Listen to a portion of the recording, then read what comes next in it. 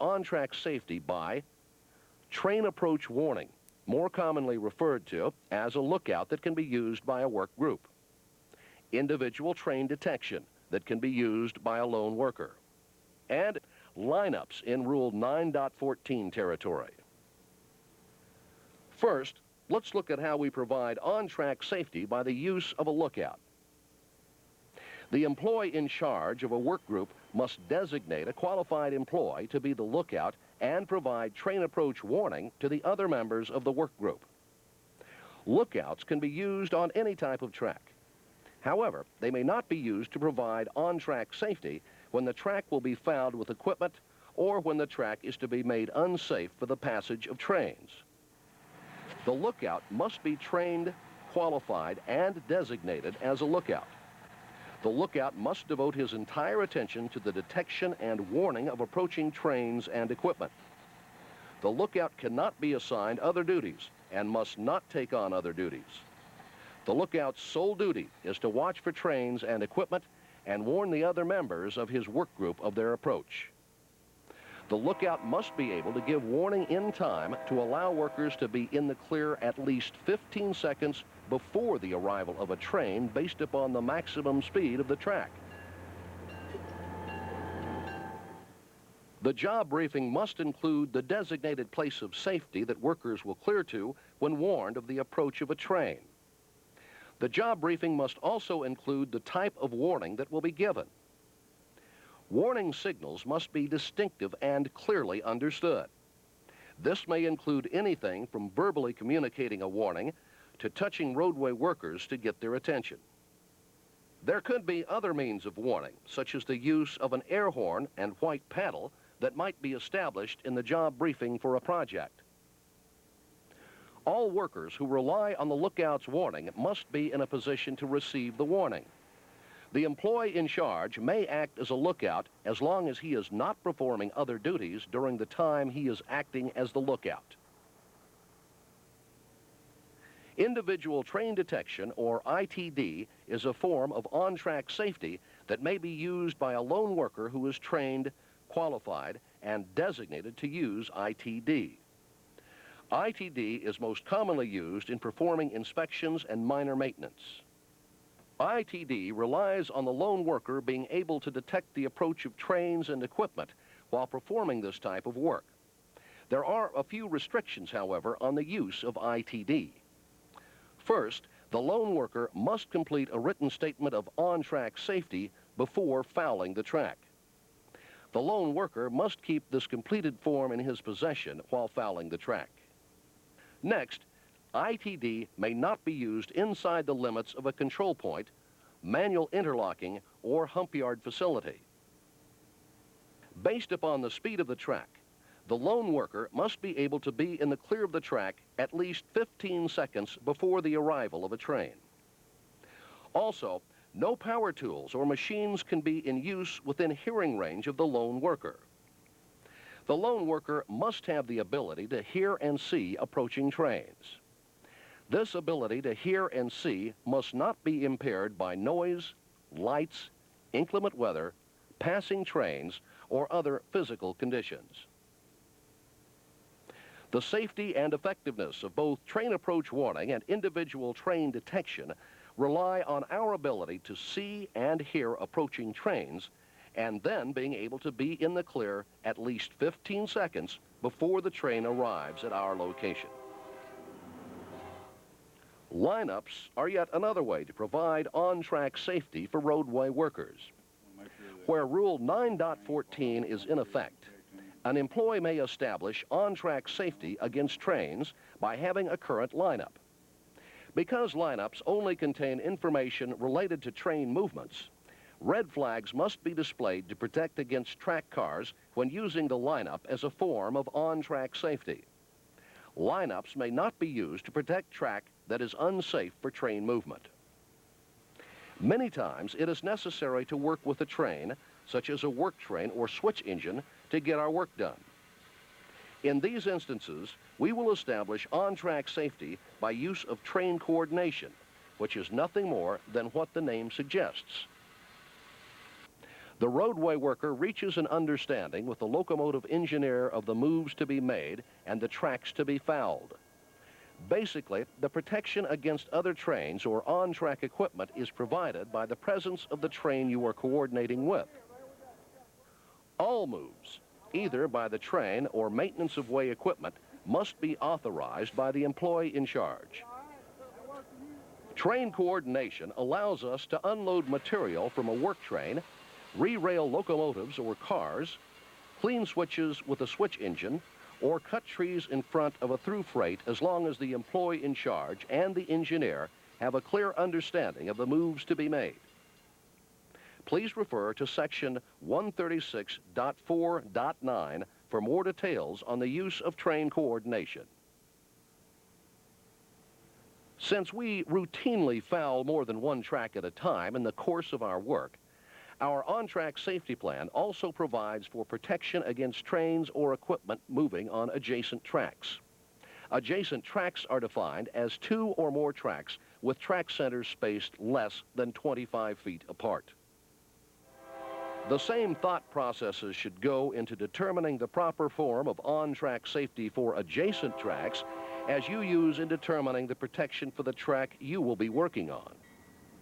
The same types of on-track safety are available for your use. Ask yourself the following questions. Is the adjacent track controlled or non-controlled track? Will we be fouling the adjacent track with personnel or equipment or both? Do we have time to put out a Form B track bulletin? You can use the matrix in section 136.5 to determine the proper way to protect against moves on the adjacent track. Those employees working on track program, track construction, or out-of-face maintenance gangs need to be familiar with the procedures in Chief Engineer's Instruction Bulletin 121. This bulletin describes safety procedures to be used to protect these gangs working on a Form B track bulletin from trains on the adjacent tracks.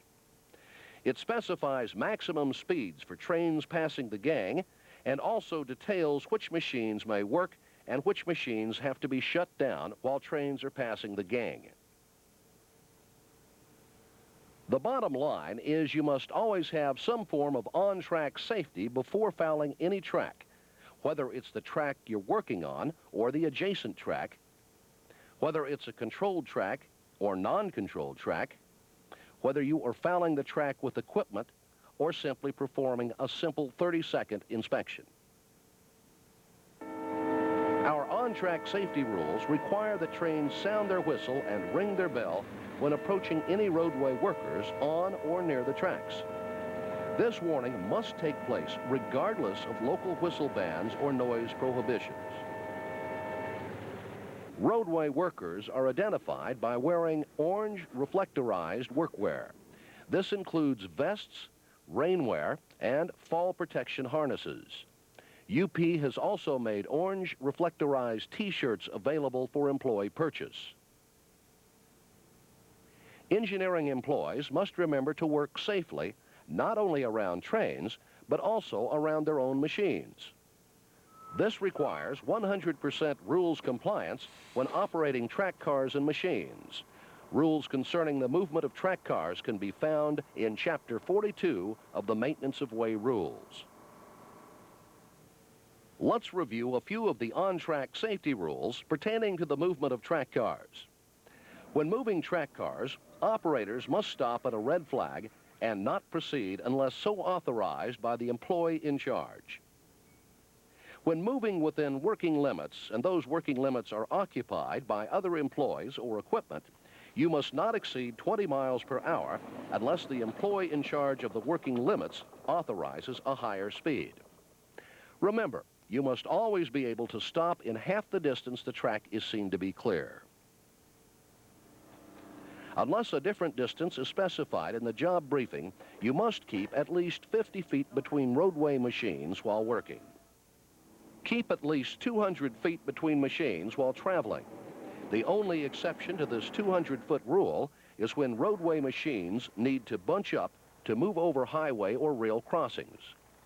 When bunching up, you must still keep at least 50 feet between machines and then widen the distance to 200 feet once you have passed the crossing. Roadway workers must not enter a machine's work zone without first communicating with the operator to establish safe work procedures. Unless a different work zone is established in the job briefing, the work zone extends from a point 15 feet in front of the machine to a point 15 feet behind the machine. Roadway machine operators also must not approach closer than 15 feet to any roadway worker fouling the track without first communicating with the roadway worker. Note, some machines, such as cranes and ballast regulators, also require lateral or side clearance to ensure the safety of all roadway workers. When it's time to tie up your equipment, you must secure all brakes, booms, locks, and hooks. Machine operators must dismount their machine on the field side of the track away from live traffic. Stand beside the machine and direct the next roadway machine to a stop. Do not go between machines until all machines have come to a stop or the employee in charge has given permission.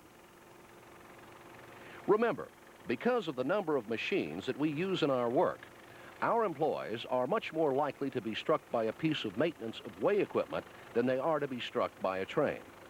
We must be particularly careful when working around any type of machine. Union Pacific Railroad and each roadway worker share joint responsibility for ensuring that on-track safety is provided. That means taking our safety motto to heart. Safety is my responsibility. The railroad has the responsibility to provide proper training. It must guarantee each employee the right to challenge on-track safety. That includes every employee's right to stay clear of the track until challenge is resolved. Proper procedures should always be used to resolve any challenge. Employees also have responsibilities under our on-track safety plan. Employees have the responsibility to follow Union Pacific's on-track safety procedures. Employees must avoid fouling a track except when necessary to perform their duties. Before fouling any track, employees must always determine that on-track safety is being provided.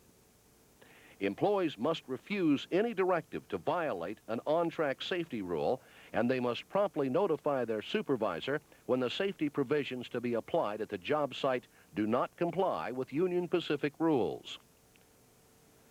When resolving challenges, employees cannot be subject to any retribution or punishment for making a good faith challenge to on-track safety procedures. Here's what employees must do to challenge and resolve a challenge to on-track safety. First, the roadway worker must inform the employee in charge of any on-track safety procedure that they believe is not in place or that is not proper. Then, the employee in charge reviews the procedures with the employee and makes sure proper procedures have been applied. If the employee making the challenge is still not satisfied that the on-track safety procedures comply with Union Pacific rules, the employee in charge contacts the next level supervisor. The next level supervisor reviews the on-track safety procedures to determine whether proper protection of employees is being provided. If the proper procedures are not being applied, the supervisor modifies the on-track safety to ensure proper protection is in place. If no modifications to existing on-track safety are required, the challenging employee must perform the assigned duty.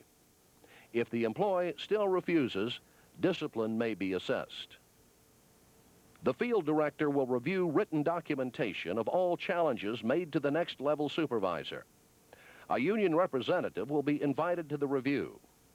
Any recommendations for challenges in Union Pacific's on-track safety procedures resulting from the director's review will be forwarded to the chief engineer. Union Pacific's on-track safety procedures include documentation requirements you need to follow. If you are a roadway worker, you must have access to a copy of Chief Engineer's Instruction Bulletin 136 concerning on-track safety. If you are Maintenance of Way rules qualified, keep this bulletin available for use on the job. Keep your rules card detailing your on-track safety qualifications available for inspection on the job. And make sure you have a copy of the Roadway Worker Protection Matrix. Serving transportation customers is our business, but our #1 priority must always be safety. We can't serve customers or move trains or repair track without first ensuring the safety of every employee. For engineering employees, on-track safety is our best protection. It benefits the railroad and every Union Pacific employee. But most of all, it benefits our families when we come home safe.